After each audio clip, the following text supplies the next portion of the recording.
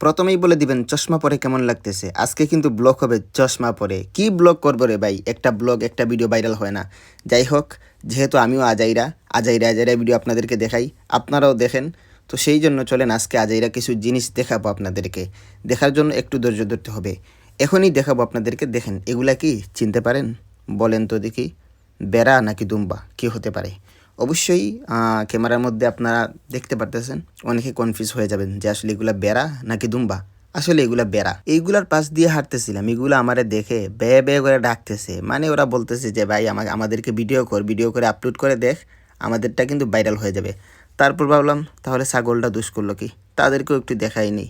এই যে ছাগলগুলো কিন্তু খুব কম, কিন্তু দেখতে কিন্তু খুব সুন্দর সুন্দর ছাগল বেড়ার থেকে।